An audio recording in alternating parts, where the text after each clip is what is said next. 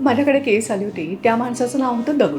तर दगडू का नाव ठेवलं असं सहज मी विचारल्यावर ते म्हणाले की नाही, आई वडिलांना मी जवळजवळ लग्नानंतर 12 वर्षाने झालो आणि तेव्हा कोणाची नजर लागू नये वगैरे अशी त्यांच्या मनात भीती असावी म्हणून बहुतेक त्यांनी माझं नाव दगडू ठेवलं. आता गंमत अशी आली, हा दगडू जेव्हा शाळेत जायला लागला तेव्हा शाळेत तुम्हाला माहिती आहे चिडवतात एकमेकांना, तसंच त्याला या दगडू नावावरनं इतकं बुली केलं गेलं की त्याला भयंकर त्याचा राग यायला लागला आपल्या नावाचा. आईला तो घरी येऊन सांगायचा, आई बघ मला काय नाव ठेवलेस तू, मला सगळे चिडवतात. आई म्हणाले, असू दे रे, तू त्यांच्याकडे लक्ष देऊ नको, तू माझा आहेस की नाही सोन्या, दगडू नाव असेल तरी, असं आई त्याला सांगायची.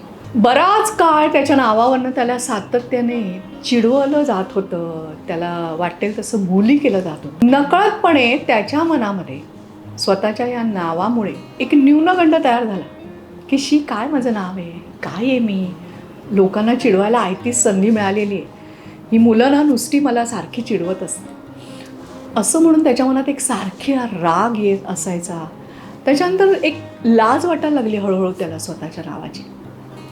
करता करता करता जरी तो मुलगा मोठा झाला तरी त्याचा स्वतःकडे बघण्याचा दृष्टिकोन असा झाला होता की त्याच्या स्वतःबद्दल प्रचंड न्यूनगंड होता, इन्फिऑरिटी कॉम्प्लेक्स ज्याला म्हणतात, तो डेव्हलप झाला. स्वतःची लाज वाटायला लागली.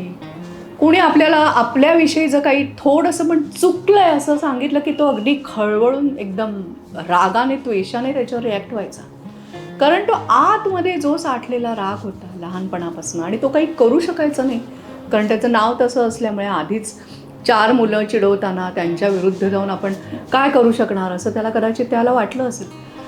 आणि त्यामुळे ती सातत्याने जी भावना त्याच्या मनात साठत गेली ती स्मृती हळूहळू त्याच्या आत्ताच्या वर्तमानावरती पण परिणाम करत होती. त्याला शारीरिक व्याधी पण निर्माण झाल्या होत्या आणि एकूणच त्याचं व्यक्तिमत्व हे अतिशय न्यूनगंडाने भरलेलं असं झालं होतं. स्वतःविषयीच कमीपणा वाटत असल्याने आत्मविश्वाससुद्धा कमी झाला होता.